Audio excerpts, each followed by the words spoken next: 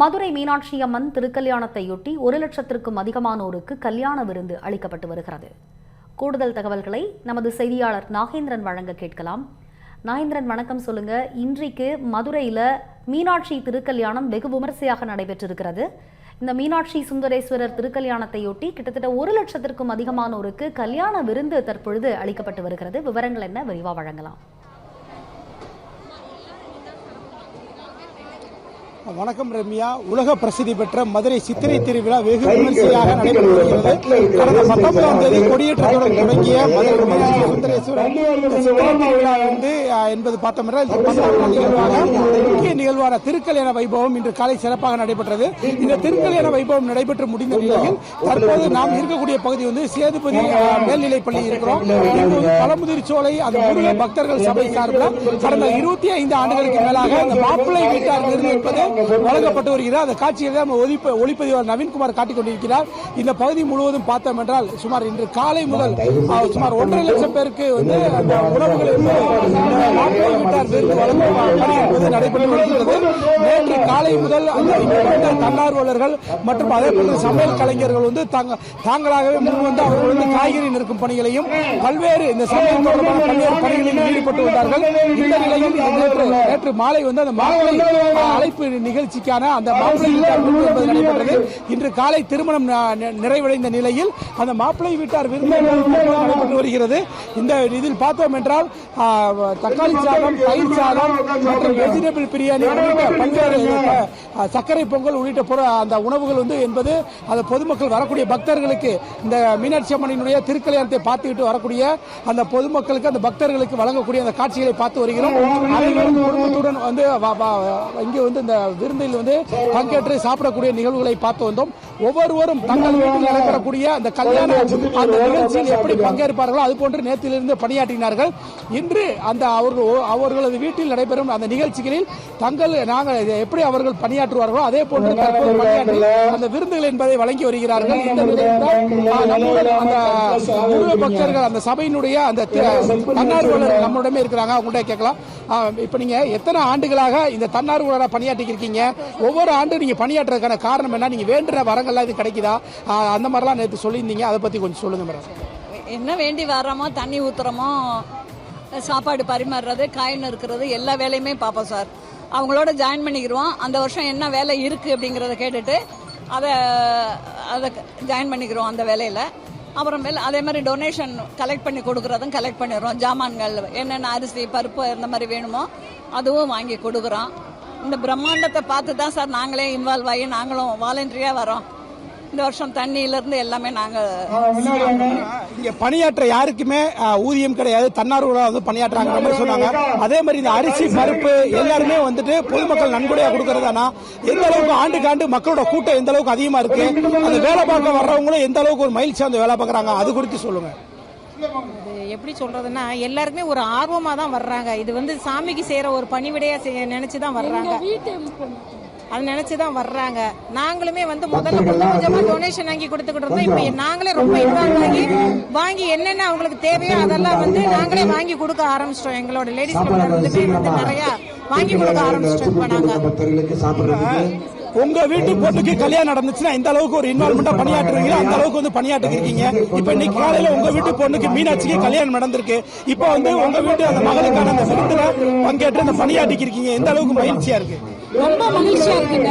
ஏன்னா எங்க வீட்டு பொண்ணு மதுரை மீனாட்சி, அவளுக்கோசம் தான் நாங்க இவ்வளவு வேலை செய்யறோம். அவளுக்கு எல்லாருக்கும் கிடைக்கணும், எல்லாரும் வேலை செய்யணும் தான் நாங்க ஆசைப்படுறோம். ஒவ்வொரு நம்ம வீட்டு பொண்ணுக்கு எப்படி நம்ம சீர் பண்ணி பண்றோமோ அந்த மாதிரி நாங்க இது செய்யறோம். குறிப்பா மதுரையில் எடுத்துக்கிட்டாலே எந்த ஒரு இதா இருந்தாலும், கல்யாண நிகழ்வா இருந்தாலும் பொண்ணு மணமன வீட்டுக்கு போவோம். ஆனா இங்க சொக்கநாதர் மீனாட்சி இங்க இந்த பெண் வீட்டுக்கே தங்கி இது பண்றாருல, எந்த அளவுக்கு ஒரு கணவன் மனைவி விட்டு கொடுத்து போறது முக்கியத்துவம் வாய்ந்தது மீனாட்சி சொக்கநாதர் அந்த உறவுன்றது, அது குறித்து சொல்லுங்க. அதுதாங்க சிவனும் பார்வதியுமே அர்த்தநாரீஸ்வரர். அந்த கான்செப்ட் இங்க மதுரையில நடக்குது.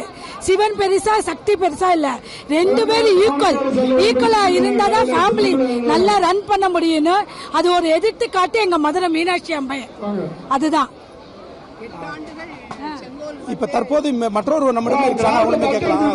இப்ப அன்னை மீனாட்சி வந்து இங்க ஒரு 4 மாத காலம் வந்து ஒரு பெண் அரசியா வந்து ஆட்சி புரியுறாங்க. அது குறித்து வந்து சொல்லுங்க, எந்த அளவுக்கு ஒரு மகிழ்ச்சியா இருக்கு. மாப்பிள்ளை வீட்டார் விருந்தில் இப்ப பணியாற்றுறீங்க, அது குறித்து சொல்லுங்க. திக்விஜயம் பண்ணும் போதே அவளுக்கு தெரியுது நமக்கு மதுரை மீனாட்சி வந்து எல்லா பக்கத்துலயும் வந்து ஆட்சி செய்யறதுக்காக தான், எல்லா மக்களுக்கும் அனுகிரகம் பண்றதுக்காக தான் பண்றா. அவரு சொக்கநாதர் வந்து 8 மாதங்கள் வந்து ஆட்சி புரிகிறாரு.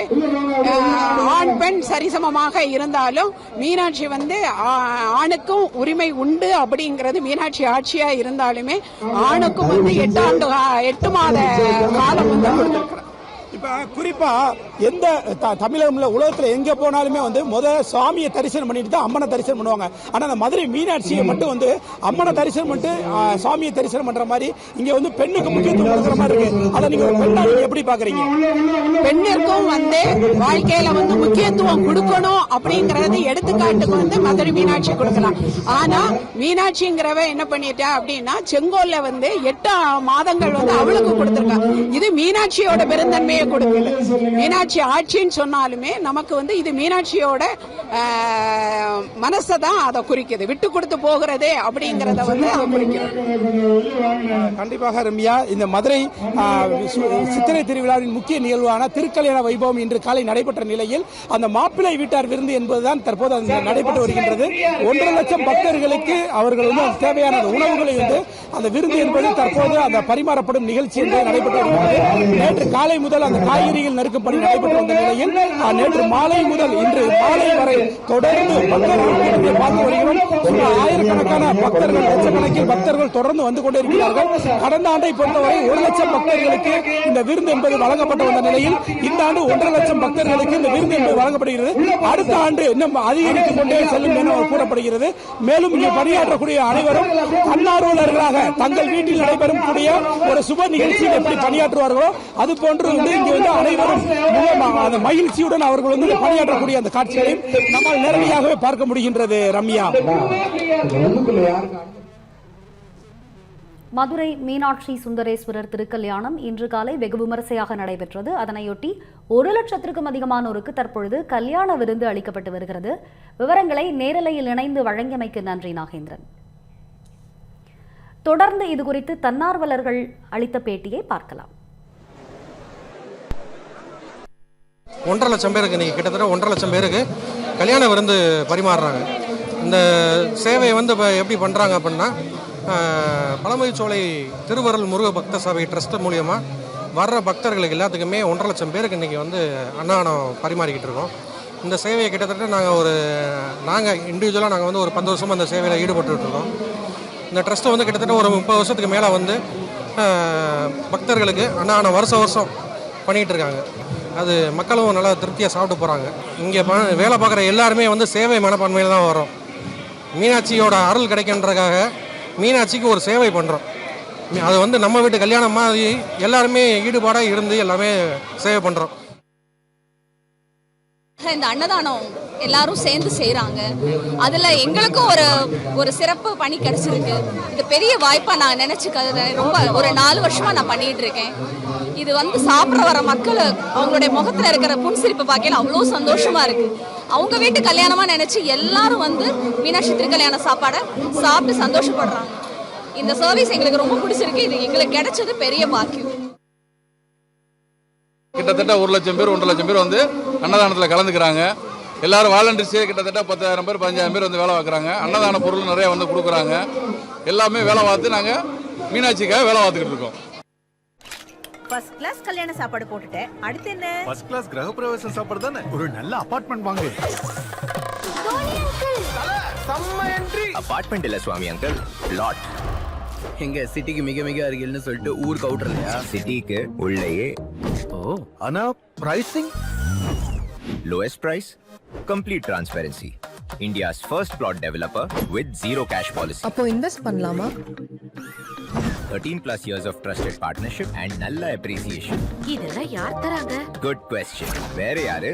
நம்ம G Square தான். 20,000+ happy customers, 5,000+ acres delivered, 20+ cities. G Square, your home, your dream, your choice. அடுத்தது என்ன? பால் காய்ச்ச வேண்டியதா? வணக்கம்.